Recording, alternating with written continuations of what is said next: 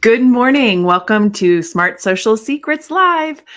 Today, we're going to be talking about social media platforms and all of the crazy launching of platforms. So, I want to talk to you today a little bit about what you should be paying attention to as a business owner or as a person that does social media for businesses and organizations, because there's a lot of talk about all of these new channels, what they are, how they can help you, and a lot of them aren't really applicable to business in many ways. And so I want to kind of go through each one and talk about the current channels as well to give you an idea of what that is.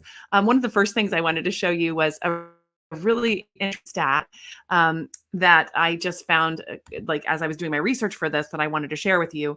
But really, in the end of the day, this is I think, kind of amazing. The average number of social media accounts held by a millennial or Gen Z user around the world is 8.5 accounts. And even, just like 5 years ago, it was like more like two or three or four. It's been growing over time, the number of social media accounts that people hold and like post to on a daily basis or interact with on a daily basis. So I would love to know from you in the chat, if you're listening in replay or if you're here now. I'd love to know how many social media platforms you personally are on. I am on way more than I would like to admit. So, yeah, I definitely am probably close to that 8. I don't think it's quite 8. I think it is very close to that, though. But one of the things that I think is really interesting about what's going on right now as far as trends around social media is that there's sort of a social media layer over almost every app and everything you do. So I don't know if you have teenagers, kids, or some kids, but most 3, yay, Bart, most kids, teenagers, people, they have they play games. They do a lot of gaming.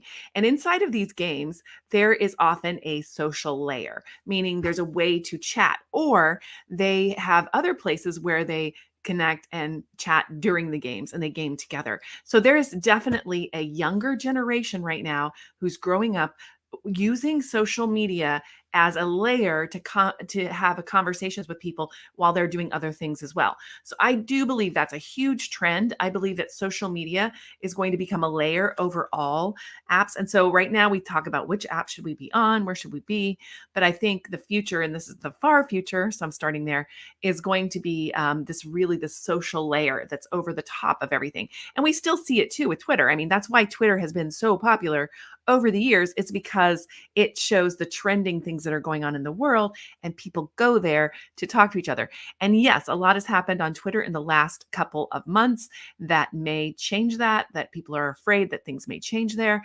But the truth is that Twitter is still really the only real time, place where you can go look at things without having to be following that person, without having sometimes to even have, that account set up. So, and the media go there too. And I actually have said this before to people. I said, do you go at night and watch television, or do you watch the news and you hear somebody talk about things on Twitter?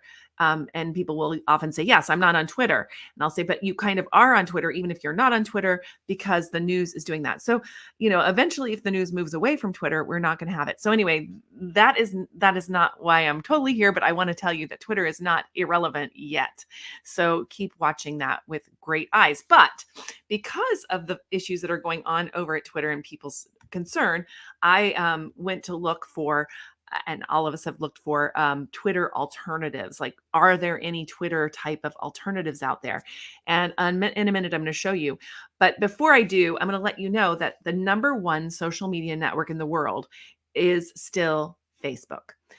It's still Facebook. It's 100% still Facebook. So a lot of people feel like that Facebook is done with and old and tired. And yeah, I mean, it is somewhat. But I mean, if you're going to go out and say something about something that's happened to you or your family life, most people will go to Twitter. And I mean Facebook, excuse me, not Twitter. Most people will go to Facebook because they're connected with their family members there. If your family members are not on Facebook, then you will not feel the pull to stay on Facebook either. So I just want you to realize that. And then, of course, Instagram is owned by Facebook Meta. So Meta owns both Facebook and Instagram. And so people that are on Instagram, which is often a younger demographic, as well as it's got a very wide demographic, but the younger demographic is a little bit more active there. And the bottom line is that that means that Meta is, they still own that traffic. So Facebook and Meta kind of and Instagram go together, as I'm sure you know. So those two are really important. So in the end of the day, there's so many other networks that we all are love and desire. So LinkedIn is amazing right now for businesses. They've grown a lot in the last couple of years, and they also have really doubled down on their features. They have audio rooms, they have live streaming now. They have newsletters, which can be a little annoying sometimes, I think, to some people, but they also are a great way to keep in touch. I've been loving reading some newsletters from people that I follow for a long time. So maybe you would too. The thing about LinkedIn is it's grown from being just a place to put your resume to being much more of a social layer. And so I feel like that's a really powerful place right now. If you haven't focused in on LinkedIn and you do any kind of business social media, that is a place where I would really recommend that you look. Again, it's an oldie but goodie, right? These things are not necessarily new. Some of them, I will show you some new ones in just a minute, but these ones are absolutely still really powerful. TikTok, of course, has grown to be a huge juggernaut for social media. There is a lot of controversy around TikTok in the United States and in some other countries as well, in their concern that they have Chinese ownership, not the Chinese government, but they're owned by Chinese people. And those people are subject to the laws of China. And China will, ask for data sometimes from these social networks and expect them to give it to them. So there's a lot of concern around this by the US government, and they are looking into that and having conversations with TikTok. But right now, I don't really see that TikTok is in any danger of being shut down in the United States. I think there's a long way to go before that would happen. And so, definitely, I'm not saying don't pay attention to TikTok, because you really should pay attention to TikTok because most of the young generation is on there. And there's a growing number of other demographics that are there too. I mean, there's the over 40 TikTok, and they have a hashtag and everything. And so just remember that these things tend to grow like that. I've watched many of these platforms grow. I've been around for a while, since the beginning on some of these platforms. And so, they look like they're going to fail. They look like they're out of favor, and then suddenly they'll roar back. Right now, Snapchat is one of those types of networks. So I think that Snapchat, if they can get their act together on that, they are really supporting creators over at Snapchat, giving them a lot more money and to create there. And so I know for a fact that a lot of the younger generation, like millennials and Gen Zs, are using Snapchat to keep in touch with their friends. And that is where they are doing that. So they might do some public things on TikTok. They can put their curated stuff on Instagram, and then have actual conversations on Snapchat, including like just back and forth photos and things like that. So remember that these platforms often will come back. We definitely had put a nail in the coffin on Snapchat about 3 years ago, and it has absolutely roared back to life. They also are doing some amazing things with VR, or virtual reality shopping. So that particular platform is really, really roaring back. So that being said, I'm going to give you a link, and I'm going to show you an article that I found from TechCrunch that is actually pretty good. So let me grab the link and put it in the chat. Hopefully some of them you will get it, but if you don't, it's on TechCrunch, and I will show you the title so you can do a search if you want to. So here's the TechCrunch article about the best Twitter alternatives. And I do think that they have a really good point here. So I've actually pulled a couple works that they talk about. Oops, it's going to give me a hard time.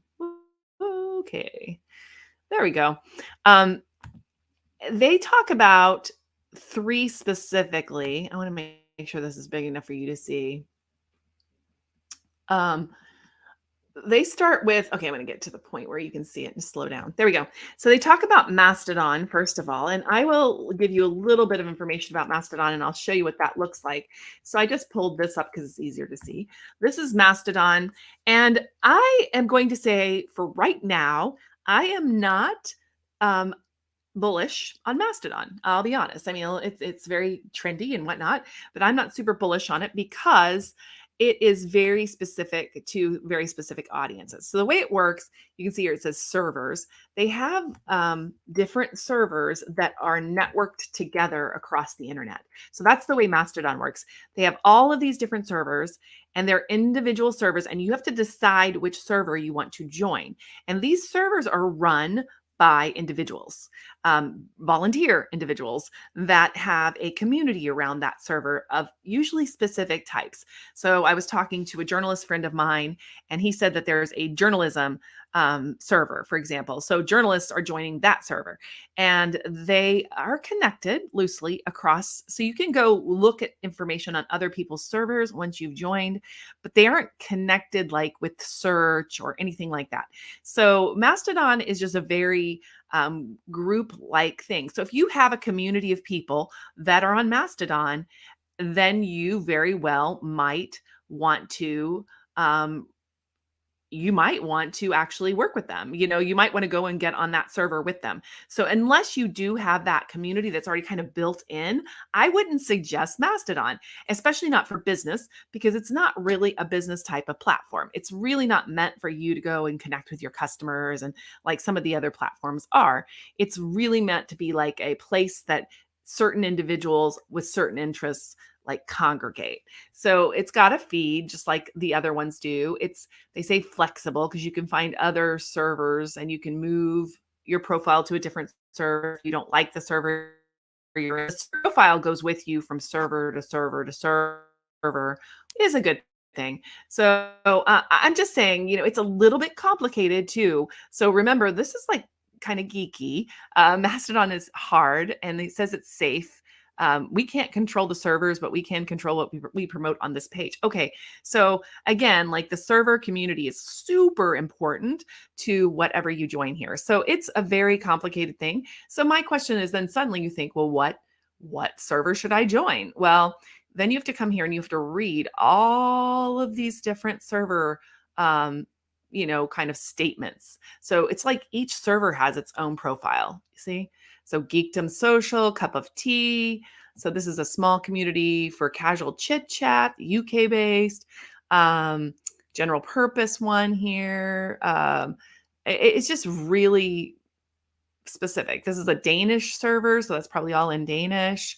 So yeah, you can find it, but there's just hundreds of servers.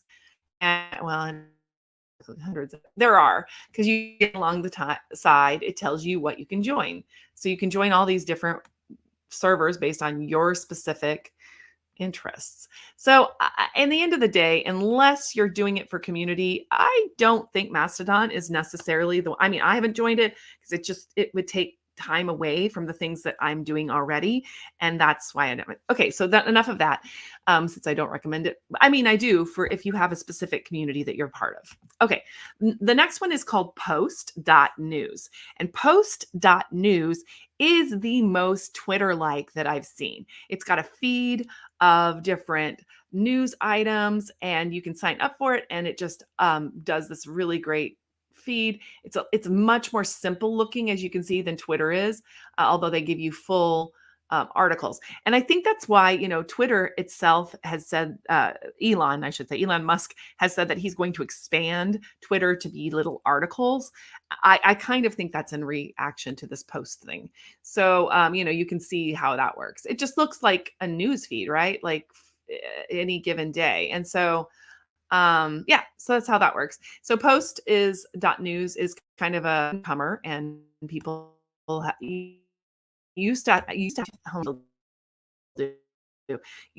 to it's microblogging services let you post, and you can actually connect your Twitter account to this, which is kind of interesting, or sign up with email. And so it's microblogging. Could be interesting. I think, if Twitter blew up, this would be a good secondary account to have on hand, where you could grab your handle that you have at Twitter. And yeah, so that's Post.news. Then there's another one called Co-host. It's a social media platform built from the ground up by a small team of developers. No ads, no tracking. It's a little bit more friendly looking. It's doesn't use an algorithm. It doesn't take any of your data. It doesn't do any of that stuff. And again, it's similar to news, the news one, the post, I'm sorry, post.news, in that it has just a feed like this, right? So you're going to see that. And so, yeah, it's very new. Co-host isn't finished. They're building around their users. That we've seen, we've seen, you know, spring up from time to time, different kinds of networks like this. So I don't know. I mean, I really the jury is out on co-host yet, but it is definitely something that's trying to be an alternative for something like a Twitter. Okay, and maybe even something like a Facebook. Okay, so I think that this one's a little more friendly, a little bit more connected. Another one that is been around for a long time and I use a lot these days is called Discord. But Discord is really about servers as well. It's a little bit like Mastodon, but it's really around communities that you already are a part of. And so if you are invited to a Discord community, you'll see that, and I'm not going to open mine because you would just like, it might make your eyes blur.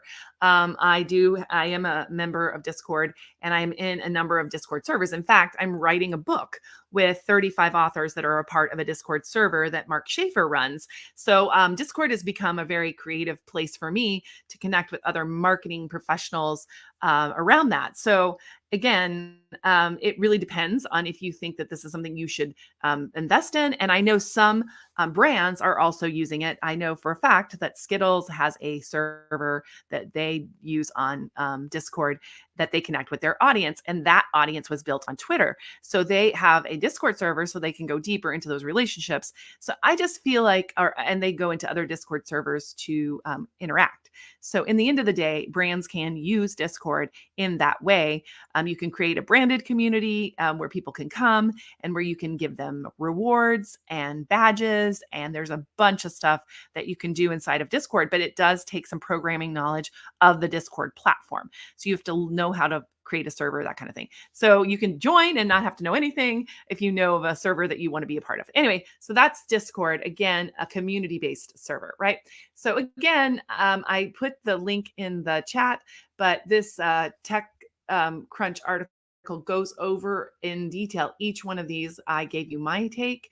It's got a couple of others. Discord, I think it talked about Post as well. These are kind of the it also talked about Tumblr. Interest has come back out for you to really like get your written work out, which is very interesting. That this has been around for a long time, but it costs money, so it's like about $40 per year.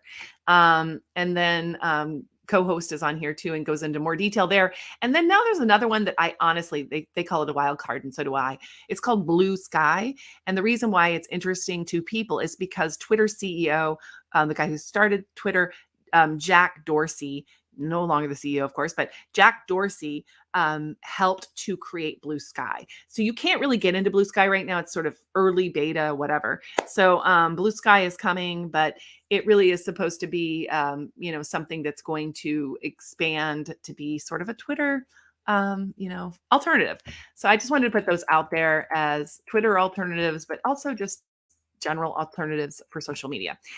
My point around this whole thing, and I'm going to come back in and be like, needle in on this so you hear me, is that let me see if I can get it. Can you guys hear me anymore? I don't know. It's my they're giving me a hard time. So I can't get this to work. But in the end of the day, the bottom line is that social media platforms are growing exponentially. I really do believe that social media platforms are going to be just proliferating for a while because there's a lot of angst around the current ones. And when that happens, other entrepreneurs stand up and they create social media networks for specific uses. I mean, you see them for dating, you see them for ethnicities, you see them for religions, you see them for political affiliations, you see them all over the board, that people go into these micro communities and entrepreneurs step up and create these types of networks. So you can drive yourself crazy joining all of these networks. So I'm going to bring it right back down. I'm going to boil it down to this.